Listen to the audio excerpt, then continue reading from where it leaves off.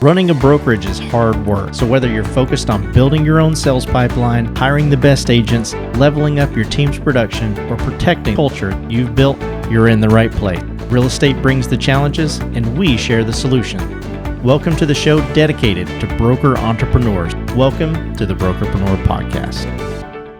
Did I disappoint you? That's a song I've been listening to lately. Not you. I'm not disappointed. I may have disappointed you. I don't know. Anyway, guys, welcome to Brokerpreneur Podcast. I'm Dr. Vince Spears, the Doctor of Flow. I'm here as usual with the big guy, Matt Vi. What's up, Matt? Just who sings that song, Ben? James Blunt. James Blunt. All right. Yeah, it's an older song. I'm not familiar with it. Yeah, it's a good song. We'll listen to it. We'll listen to it after. We'll listen to it on the break. Yeah, on the break, the commercial break. My chair, guys. I'm just gonna tell you, Matt and I sit on these bar stools. Sounds like a haunted chair. Yeah, exactly. We've had these things for a while, yeah. Right? Since the I won't say since the beginning of the podcast. It was, but we didn't use it at the beginning of the podcast. No, you had it before that, didn't you? Oh, I did. Yeah. Okay. Yeah. But I was just thinking, we've had this whole time, but the first couple episodes, we were like in your kitchen, right? Right. And so that's when all this kind of started, which is pretty cool to think about. Right. But my bar stool at this point is a 3-legged, 4-legged bar stool. Right. At any point now, if you hear a crash, it turned to 3 legs. Yeah. So it's essentially Matt and a circus act. Right. I'm gonna start stacking them on top of each other. That's right. But so Matt, that's not what we're talking about today. What is it? It turns out we kind of are. Yeah, maybe. Yeah, exactly. Maybe we are. What is it that we're talking about? So you can't be focused on one-on-one recruiting, and that's everybody's going to go, what podcast have I been listening to? Just hear me out. You can't focus on just one-on-one recruiting. Yeah, we're going to dig into that. Yeah, and guys, that's as much as I know about it, and so I'm pumped just as much as you are to see where this goes. Wherever you're listening to this, though, and I'll do the same thing. Let me grab my phone because I'm going to hit the follow button or the subscribe button wherever I'm listening. So you guys should probably do the same thing. And just know that this Friday, along with every Friday, is our free, as always, Brokerpreneur Not So Secret Society. We do this from 12 to 1 every single Friday, Eastern Standard Time. We get in there, we kind of interact with our listeners, other brokers, and owners who want to come in and maybe talk real estate, talk recruiting, talk retention, talk about agent production, talk about whatever, football, right? If you want to, we're down for that. A little bit at least. Yeah, exactly. But come in there and let's just have a good time. It's a coffee shop style conversation. We just talk about growing and scaling real estate brokerages. It's an hour long, but it feels like 10 minutes every single time. Right, absolutely. It's just so much fun. So We'd love to see you guys there. If you want to attend, go down to the link in the description below and make sure you register so that we can send the invitation this Friday. So I'll be honest with you, Matt. Yep. I'm a genius, but I can't even remember what you said we're talking about.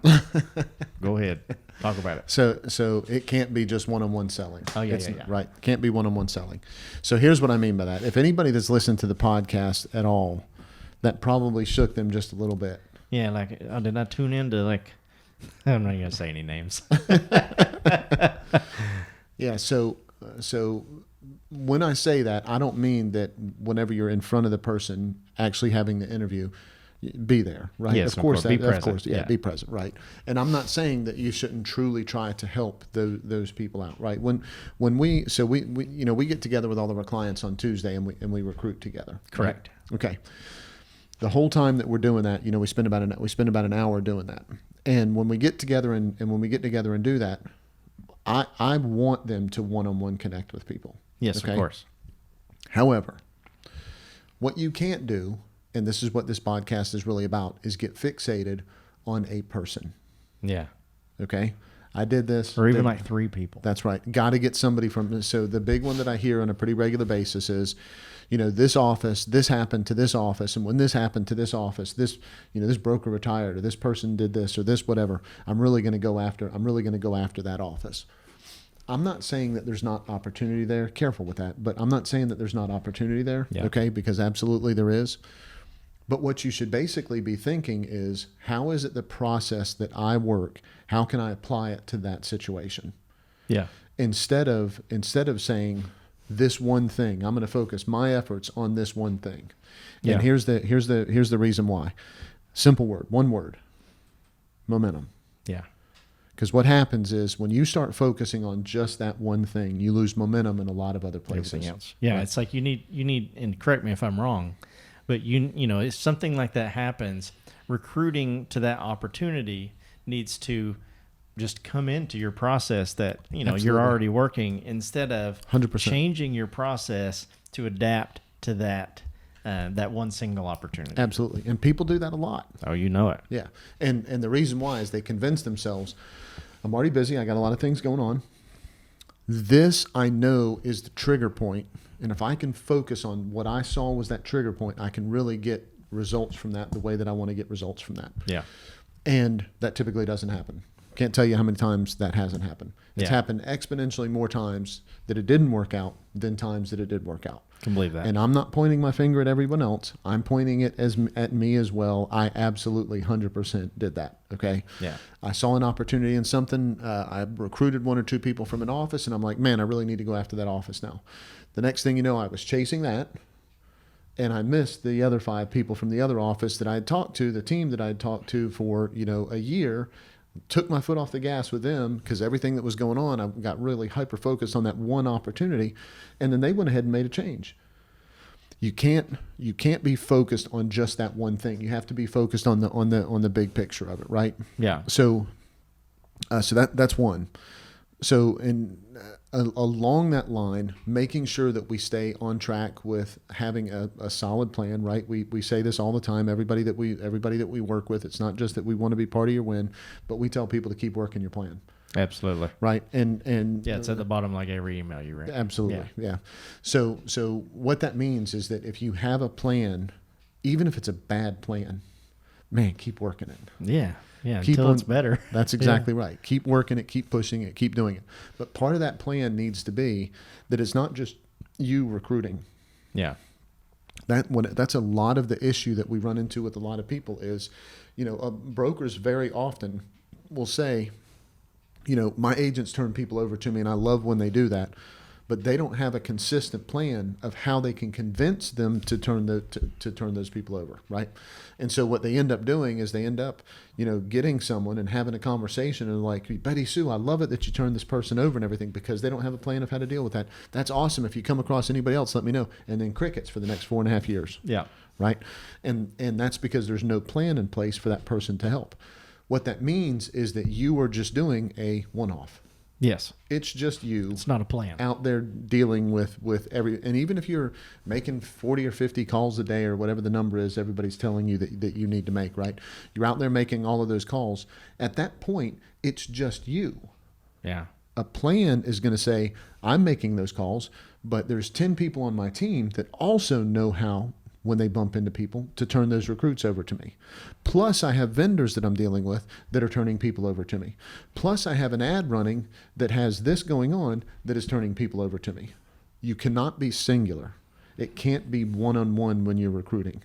Yeah. You can't just try to recruit just one person, and you can't just try to recruit just one way, and you can't be the only person that's trying to do that recruiting. Yeah. It's like swinging out a piñata. Blindfolded. How's that? Instead of a room full of piñatas. Or 15 people swinging at the one piñata. That would probably be a better example. Yeah, that's exactly right. That's how you get the candy there. Yeah. Now I'm just going to be thinking about candy the rest of the time. So, all right. So that makes sense. You know, next thing. So that means that you have to have a process to be able to do that, and you have to be able to go back to that process on a pretty consistent basis and just check it against what results you thought you were going to have. When you have your team helping, this is a big one. Okay, here's why a lot of brokers, in my opinion and from what I've run across, this is why a lot of brokers end up not asking their team to help out. If they don't have a process, if I go up to Betty Sue and say, Betty Sue, will you help me out with recruiting? And Betty Sue says, sure, I'll help you out with recruiting. And there's not a good process going between us. The broker believes, and they're correct in this, the broker believes that they're taking a chance of losing that agent because that recruiting didn't go the way it was supposed to, because now that agent is is focused on something other than what is probably income producing activities for them. Sometimes it is, sometimes it's not. But they're taking their effort off of something that is their day-to-day, how they put money in their pocket. Okay. Yeah. And so the broker now is thinking, well, if they get too distracted and this doesn't go exactly the way that I think that it's supposed to go, and if they're not as excited about it as what I wanted them to be, then we end up in a bad place with them because the recruiting didn't go the way that it was supposed to. You know what I'd rather do? Here's the trap. How about if I just do it myself? Oh, you know it. And so the next thing you know, they get overwhelmed with it, right? A broker should not be spending 40% of their time on recruiting. Nope. Absolutely not. What that means is that you're doing a lot of an inefficient portion of your process. Yeah. If you do 40% of anything, right, you're usually pretty inefficient. Absolutely, absolutely. But yet we still hear that. I saw that on some ad that I was like, come on. I've heard the 40% number with recruiting several times from several places. Absolutely. And so, the reason why they're saying that is because it's important, and because you don't know what you're doing, you got to spend a lot of time doing it. Yep. Brokers out there, man, who can afford 40% of their time on something like that? Yeah, right? yeah. Most of them are still selling. Mm-hmm. Right. Using their own Very commissions good to kind of percentage. to keep the doors open a lot of times, and but then at the same time, with them being like, okay, that's my selling's keeping the doors open, but somebody else is saying, no, you just need to spend half your time doing this because this is the lifeblood of your business. Right. Hey, Dr. Ben here. I hope you're enjoying this episode. If sometimes you feel overloaded or alone when it comes to building your brokerage, I want you to know that we are here for you. There's so much support available to agents, but hardly any dedicated to brokers. I want to personally invite you to schedule a complimentary strategy call where Matt will help you build a 3-step profitability plan that will immediately produce results. This is not a sales pitch. There's no obligation. Simply click the link in the description below. Now let's get back to the show. Right, and it's like, yes, recruiting is if you're trying to grow, people resent it. Yeah, exactly. Trying to grow like a big successful brokerage. Yeah, it's super important. Mm-hmm. But they're essentially saying like, your business needs a whole transfusion, right? Right, because really the blood that's keeping it going right now, if you just cut half of that off, right? Man, recruiting's not a fast process, right? Right, but once you get momentum, absolutely, it just takes off. Absolutely. And so you just that's what makes it so frustrating. That's what makes it so frustrating. So many brokers. And why so many dread it. Yeah, exactly. Is that, gosh, you're telling me I have to do this all the time, and I don't even have any time as it is right now. So if your conversations are efficient and you're running a plan and you have people helping you out, you know what you're going to say in your meetings. You're only meeting with people that have been vetted to a certain extent because you're having real relationship-based conversations with them. You're spending exponentially less time. Yeah. When they say you need to spend 40% of your time recruiting, most of them, what are they actually talking about? 40% of your time, cold calling. Cold call. Yeah, I was going to say making calls. Making calls. Yeah. so much of what they're talking about. Yeah, and for those of you who are out there, still selling, whenever you do a transaction, I'll bet a bunch of you use a transaction coordinator, mm-hmm. right? Because it really helps kind of streamline that process, and just again, you're providing a better service, obviously, right. Absolutely. To your clients. There's more than one person working on the transaction, and then just to Matt's point just a second ago, what is it that you're doing? You're like, nope, I'm going to do it all myself. Yep. Then when it comes to your recruiting, you're like, no, I'm just going to do it. I'm going to do it all myself. Right. But on the thing that's actually, providing income to your business right now, you're like, no, I need some help with it. Leverage. Exactly. I need that leverage.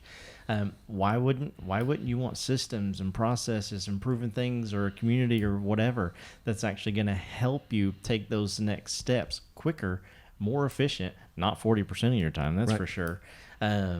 Into your recruiting, right? And that's again, even going from, because most brokers are an extremely successful or at least successful agent first, right? Then they typically will move into that role, and they don't bring a lot of the things that made them a successful agent into running the business, which is different. It is. It is different. It's the same but different. It's not like, I killed it as an agent, I'm just going to go kill it as a broker, right? That's not how that works.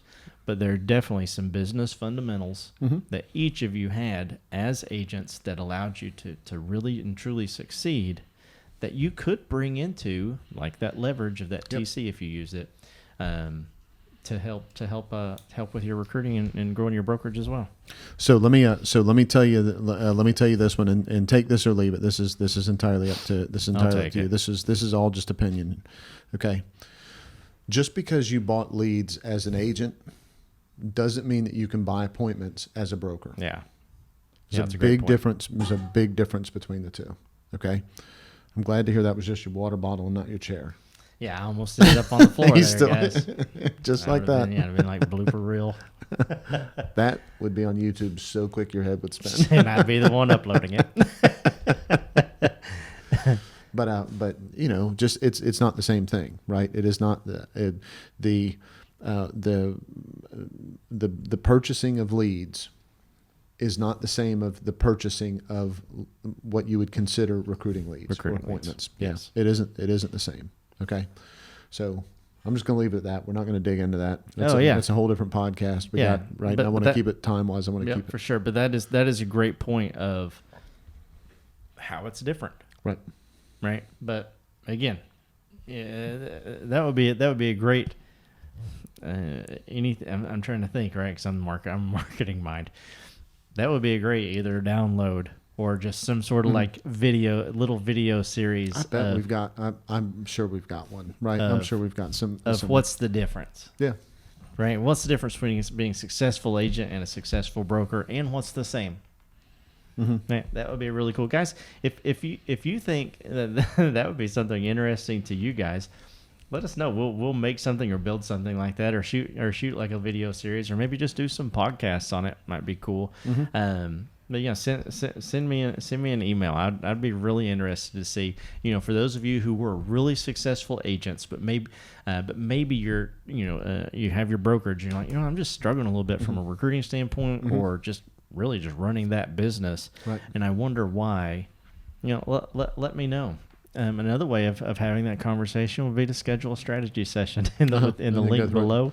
And, Matt would be more than happy to talk to you guys about that. Just had a conversation similar to this with somebody, and it was a really good conversation. And while we were talking, I'm going to try to be careful. Okay. Because I think they're a podcast listener. I don't want them to get the wrong impression. They may be. While we were having the conversation, they were taking a call about a property that we were having our strategy session. Mm-hmm. And they were not a call, but taking text back and forth about, right, and I could hear it and all that kind of stuff. Yeah. And so I kind of called, you know me, right? Yeah. I kind of called them on it, and I said, hey, listen, if you want to be a broker running your brokerage, which is what you said at the very beginning of the strategy call, you have to be able to time block enough that while we're sitting here talking about working on your business, you can actually stop working. You can stop working in it for long enough to do that.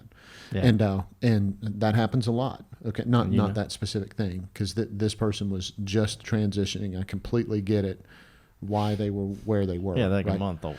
Yeah, but I had to say it out loud, right? Yeah. I had to write and make that point. So so big picture, what does that have to do with, everything not being one-on-one, basically? Right. You have to have a plan in order to have leverage. If Yeah. you have a plan, it's really easy to share with other people, this is what I do and this is how I do it, so that you're not doing one-off on everything. Yeah. If you're just smiling and dialing, or if you're just hiring someone to smile and dial for you and handing you the appointments, at that point, that's not a process. Right. Okay. We've talked to a lot of brokers that have done that, and they have big attrition problems. Yeah. And the reason why is because it is not a complete process. They don't have people welcoming the agent into the office whenever they come in. They don't have a process that vets them before they get there to make sure they're not wasting their time. They don't have a process to eliminate the no-shows. They don't have a process to eliminate they don't have a process to eliminate some of the other things that happen after the showing is information delivered and how it's delivered and all that kind of stuff. They don't have those things in place. And so they're looking at it like, I bought leads from Zillow. I was pretty good at converting those. So if I buy appointments from somebody else, I'm pretty good at converting those, and I'll get enough.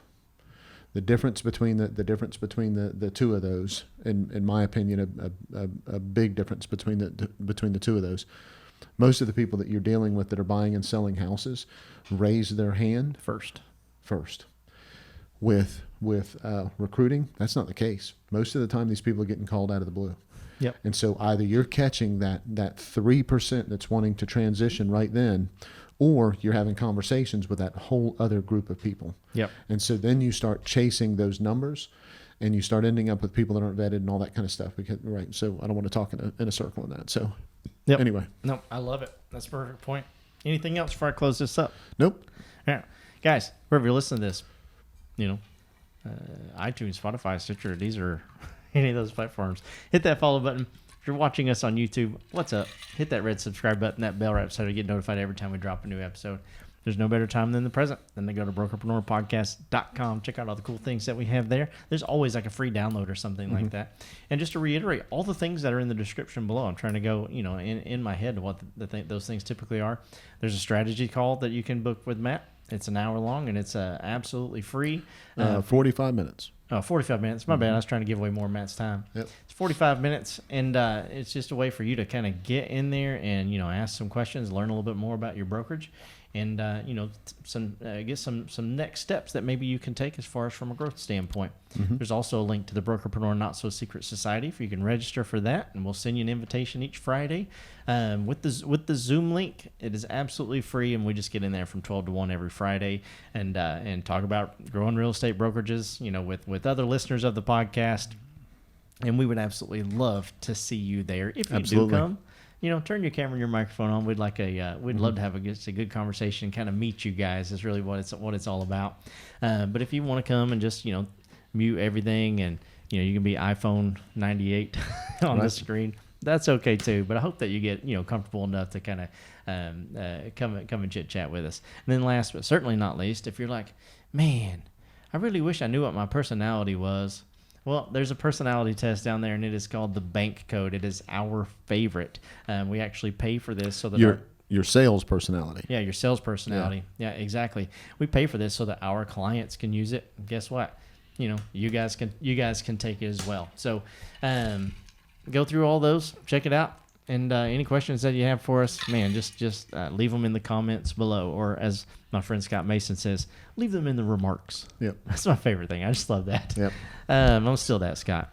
Just leave them in the remarks, and we'll make sure to answer as many of those as we possibly can.